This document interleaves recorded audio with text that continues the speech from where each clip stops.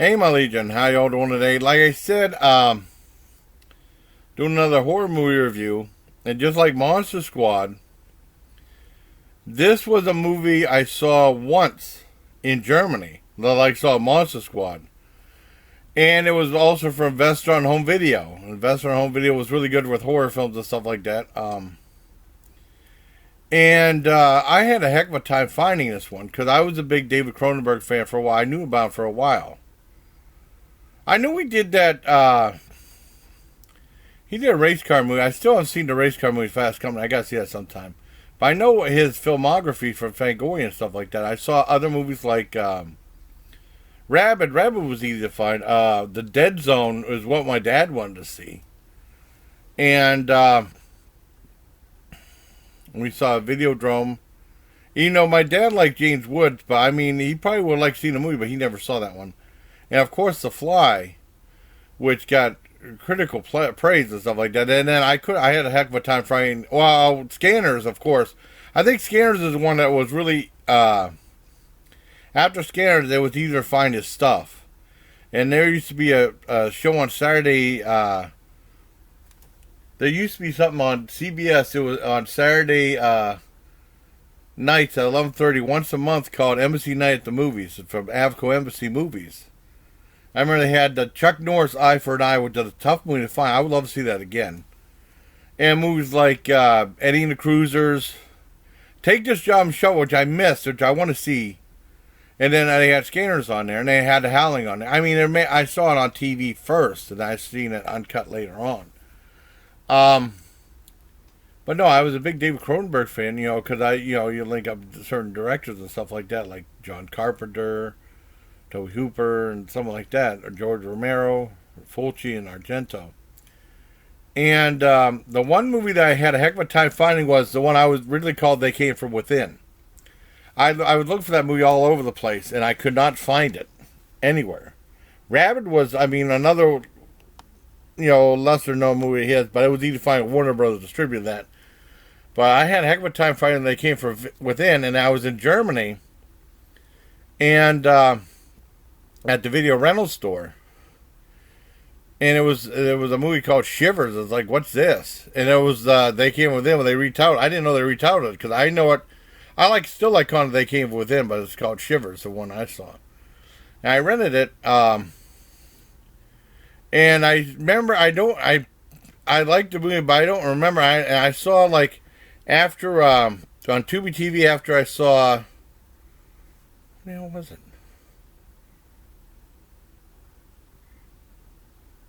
I can't remember what it was. I saw something on Tubi TV. Oh, Dagon. After Dagon, it said Shivers up there. Oh, man, they have Shivers. I want to see that because I forgot all about the movie. I want to see it. Now, my friend Lynn Lowry starred in the movie, and I met her to 2015, a couple months after my dad passed away. I met her at the Erie Horror Fest 2015. We became friends on Facebook. I want to share this video with her. I hope she likes what I have to say. And she couldn't be nicer, nice, sweet lady. Very cool and very pretty. She's awesome, right, by the way. And that Friday night, they had a premiere of her movie at the Horror Fest. They wanted Model Hunger. But she was supposed to be there, and Tiffany Shepard was supposed to be, but Tiffany couldn't show up. But she was there, and she played the villain, kind of. And it was cool being in theater with... one of the actors that was in the movie. Is really cool. And then after that, they had a midnight showing of, was a midnight showing, I think, of, Model Hunger was 9 o'clock. And I think that the other one was 10 or 11 or 12. I can't remember. They had Killer Wreck, the Greg Lamerson film. And it was cool seeing, of course, Lynn was in the audience, and then the director was in the audience. It was cool. After the movie, going up and shaking the director's hand, it was wonderful. It was really cool. So along with this, I watched some other short subjects, some obscure short subjects, so I'm going to include them too in the video. So it's probably going to be a long review, but that's cool. I want to share this with Lynn. I hope she likes the video. I hope she likes what I have to say. I'm friends with Gregory Lamberson on YouTube as well. On Facebook as well. Well, anyways, this revolves around this high-rise building, and these are all, most of the movies are in Canada. like I guess a 70s Canadian version of Trump Towers or something like that, like a futuristic building.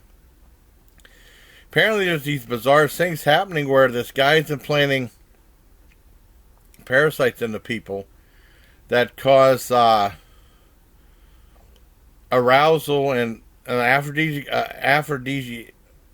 aphrodisiac type of thing, but they also spread through venereal disease whenever they have relations with someone else, like they get the parasite too, and then they end up going nuts.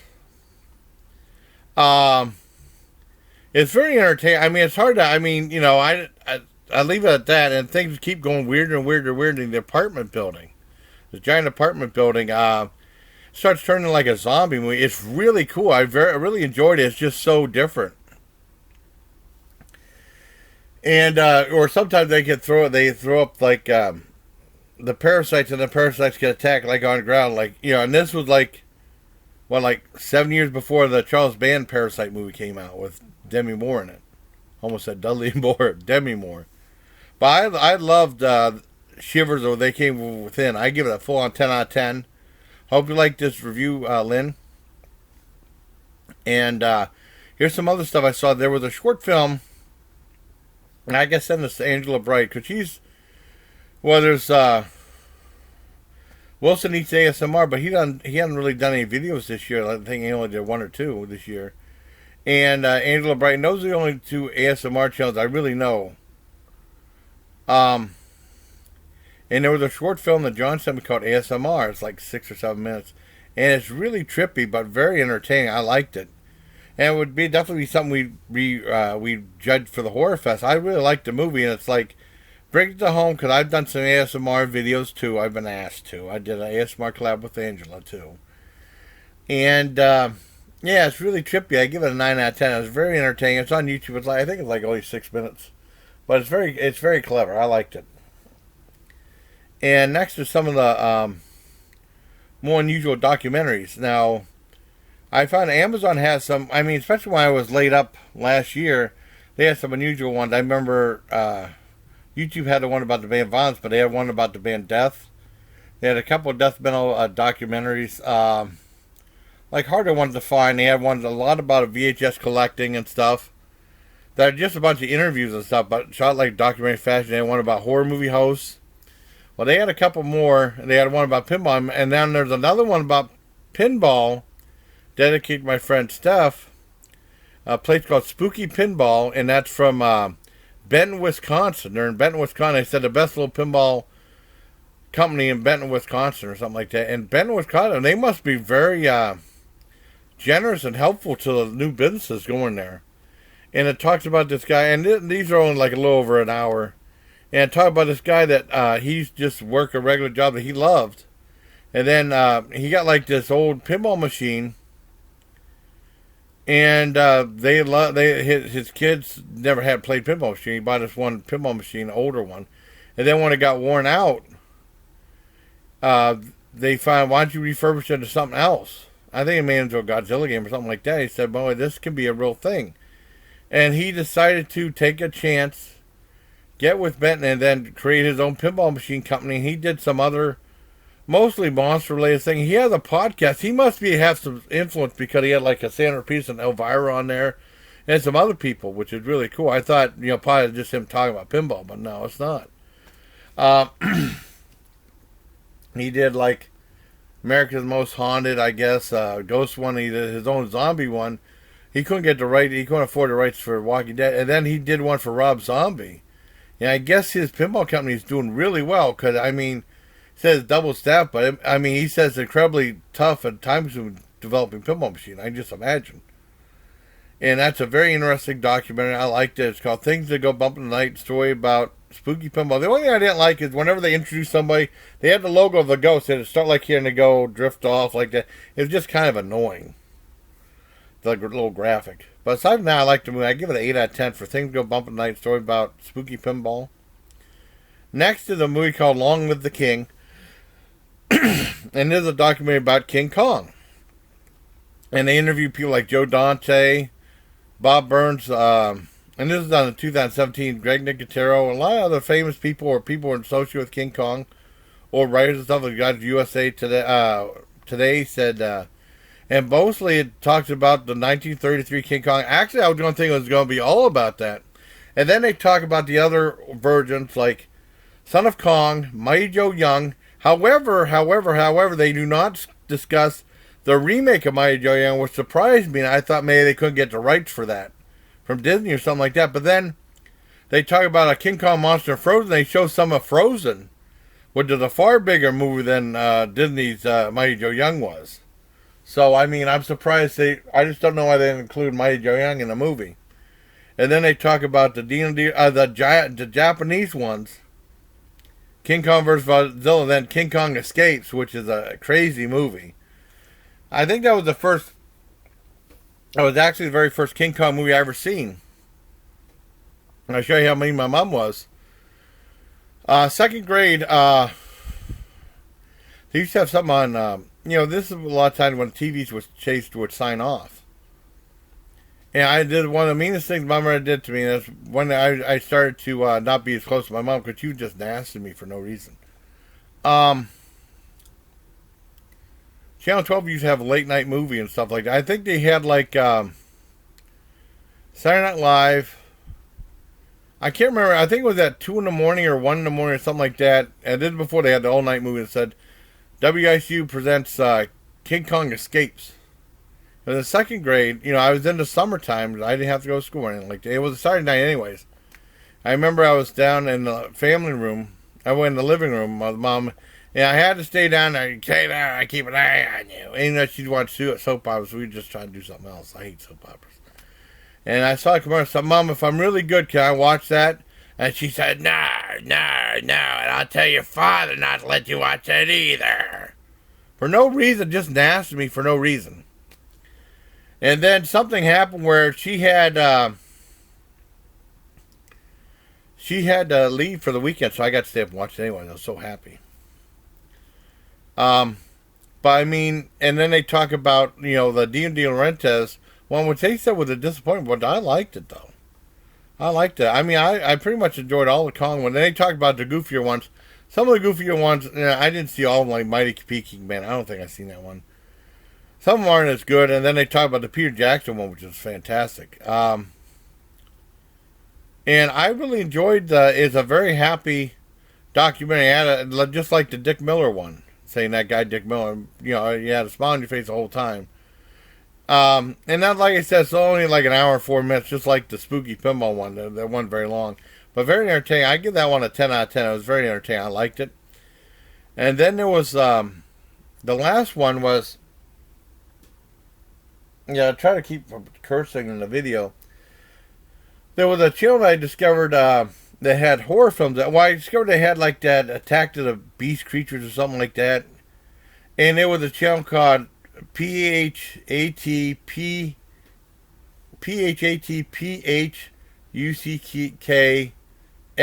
I'm not going to say a fat F's.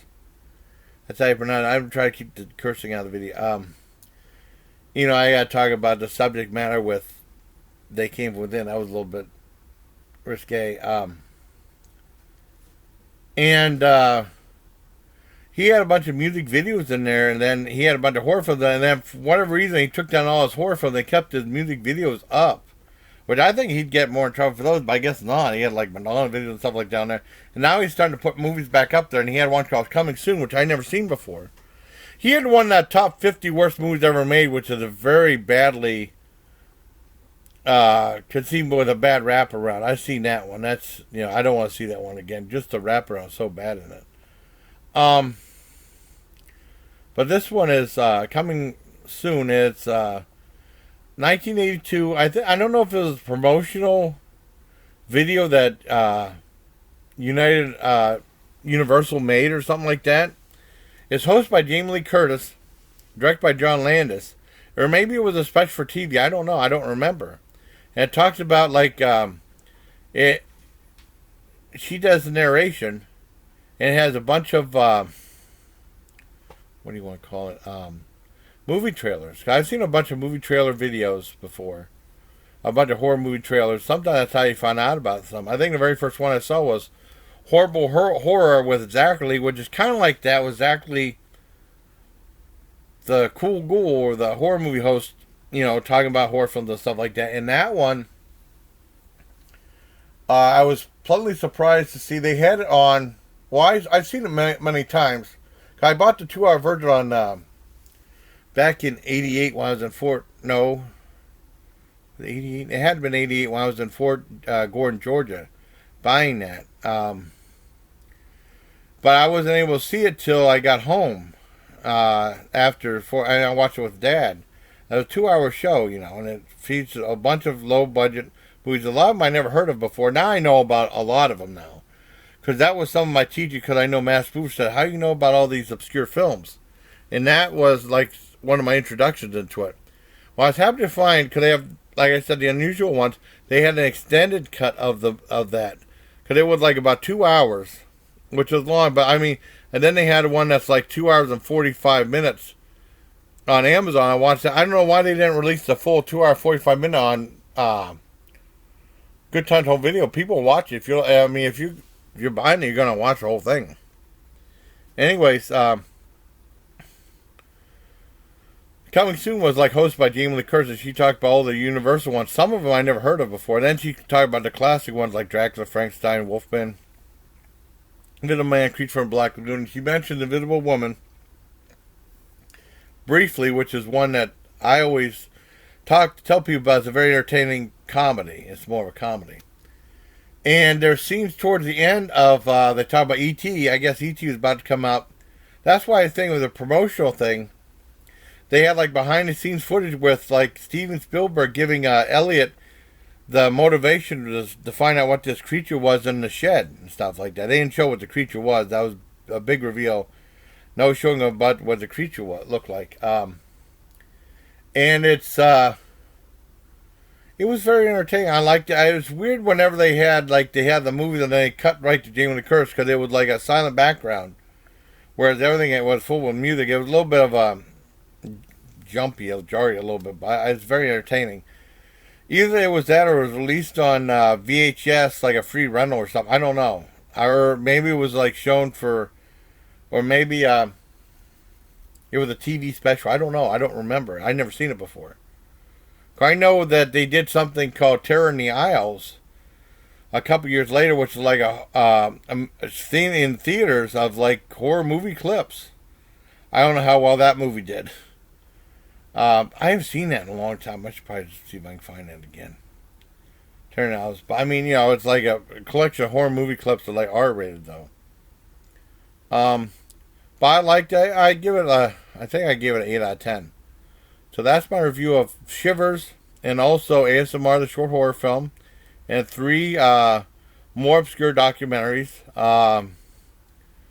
Things Go Bump in the Night, the story of Spooky Pinball from Benton, Wisconsin and stuff.